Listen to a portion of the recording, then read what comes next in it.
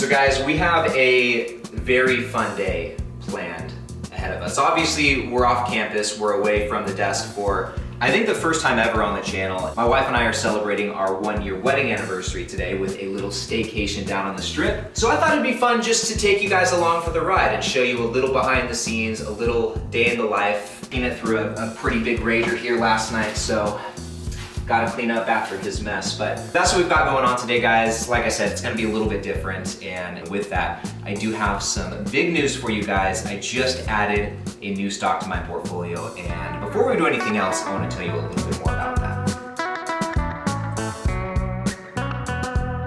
All right, guys, so the new stock that I added to my portfolio is one that I've been watching for some time now. I think it's been sitting on my watch list for maybe about a year and some change. And if you read my email newsletter or if you follow me on Blossom, then you'll probably already know what this position is because I've already announced it there. And for the rest of you, this new position probably won't come as much of a surprise, but guys, I did finally add Zoetis to the portfolio.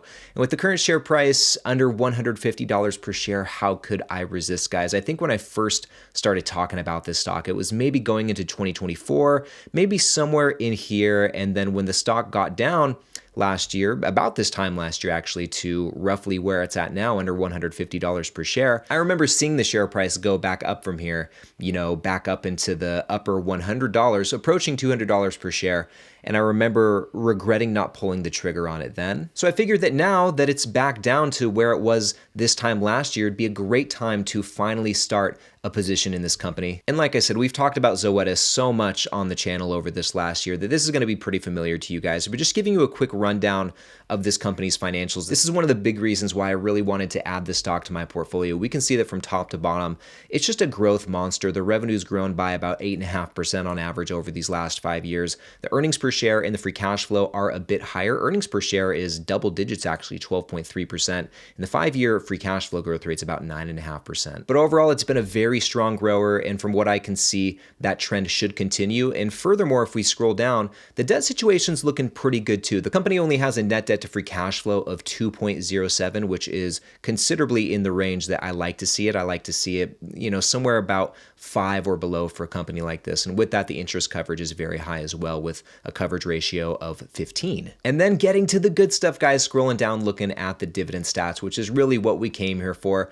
Looking at the yield, it's not going to be the highest yielding stock. Right now, you could lock in about a 1.2% dividend yield, but I think that the 5-year growth rate and the 10-year for that matter more than makes up for the lowest starting yield. In both cases, you're getting a dividend growth rate above 20%, which is just fantastic. And in recent years, it's been pretty sweet too. 2023, they increased the dividend by 15%. 2024, it was also by 15%. And if we scroll down just a little bit more, this dividend is very well covered. Looking at the payout ratio, in the trailing 12 months, it's only been 34%. So a lot of room to continue paying and growing that thing. And the same is true if we look at the free cash flow payout ratio. They're pretty close to one another. And then guys, taking a look at my positions so far using my dividend portfolio tracking spreadsheet, which you can start using for free. There is a link to download this spreadsheet in the description of the video. At this point in time, I only have 22.7 shares of Zoetis, and this morning, right before I recorded this video, I added another 0.8 of a share or so. The share price is down a little bit below my average cost per share so far. So I'm now in a position where I can average down my average cost just under $150 per share. I don't think that's too bad, but still with that, I'm down about 2.25% at this point in time. And I actually think this is the best case scenario playing out right now, guys. I would so much prefer to initiate this position and see the share price go down from here as I'm accumulating more shares, because what that's doing, it's allowing me to continue buying shares at an even cheaper price while at the same time continuing to lower my average cost per share. So overall, with those continued purchases at these lower prices, that's just going to allow me to establish a better overall position. And as far as what this new position has done for my portfolio so far, guys, these are what my dividend stats look like before I bought into Zoetis. I had a 3.87% starting yield, not too shabby, with a pretty nice 8.6% 5-year growth rate. And before starting this position, my annual dividend income was sitting at $3,356.20. But now, guys, with the addition of Zoetis, we can see some slight changes in these stats. The yield dropped just a little bit, going from 3.87% to 3.83%, so very comparable. But the big change here is in the dividend growth rate. So whereas before it was 8.6%, now we're locking in a 9.1% overall 5-year dividend growth rate across the entire portfolio. So that is a big boost. And as I continue adding to Zoetis, this number is only going to increase, which is awesome. And as far as the annual dividend income goes, it went from $3,356 to $3,406. So we added exactly $50 to this number, which is very sweet. Either way, we're officially above the $3,400 mark, which means we are less than $200 away from hitting my annual dividend income goal for the year. By the end of 2025, I want to beat a projected annual income of $3,600, which breaks down to $300 every single month. And I think we are more than on pace to get there. But anyway, guys, that's the new position in the portfolio. Probably not much of a surprise to many of you out there, but that's okay. I think a lot of you knew it was between this one and Rollins, and you guys know me well enough to know that I'm still holding out for Rollins. I'm not going to buy it still in the mid-50s. I got to wait for mid-40s or ideally below. So we still have some time for that one. And with that, guys, we've got a really, really fun day planned ahead of us. I'm really excited to take you down on this trip with me. So why don't we get to it and get back to the action?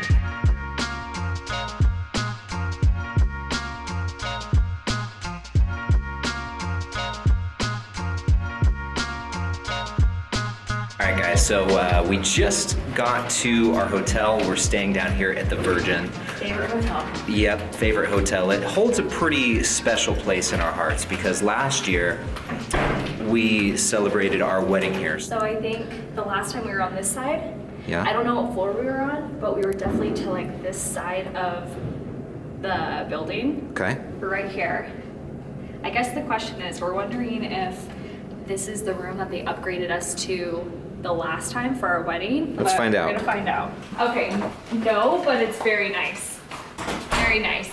So this is a petite suite is what they call it, but it's massive. Now that we've got settled here, the plan is to just go down to the pool and have a good time, get some sun, have some food, maybe have a margarita or two. We'll see what happens, but that's how we're gonna be spending the afternoon here.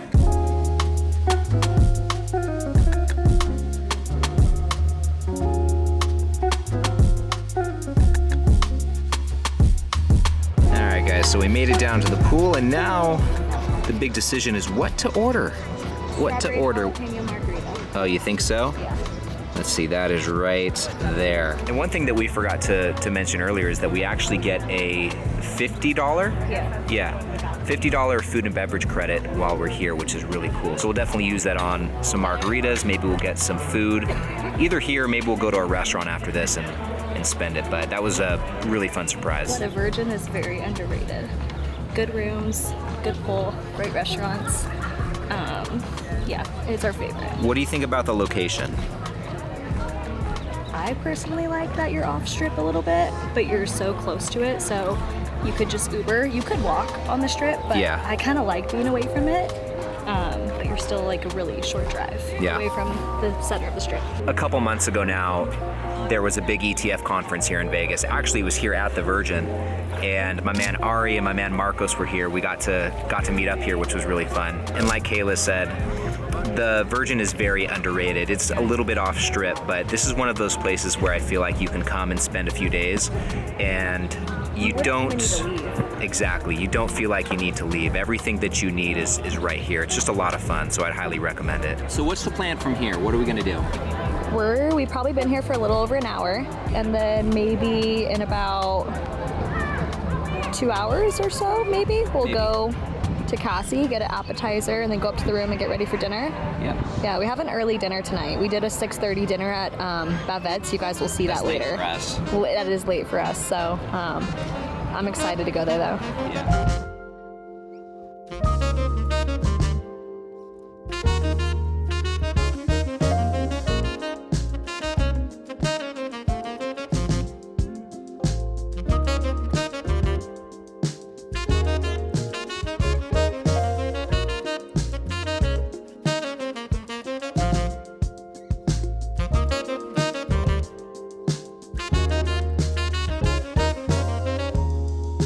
Well guys, it's now the next day. We made it home from our staycation and it was a lot of fun. It was a really good and I think much needed little getaway. And actually it's getting to be almost the afternoon as I'm recording this right now.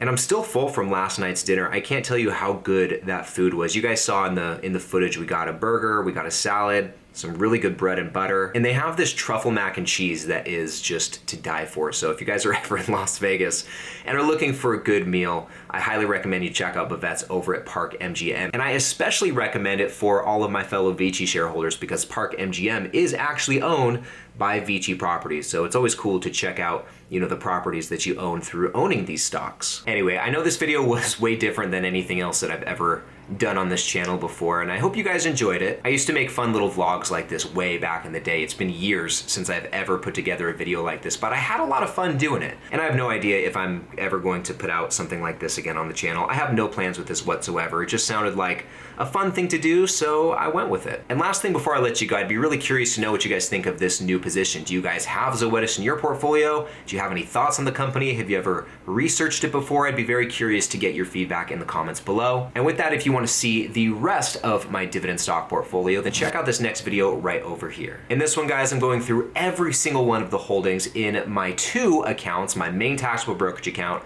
and my Roth IRA. So click right over here to get the full reveal, and I'll see you in the next one.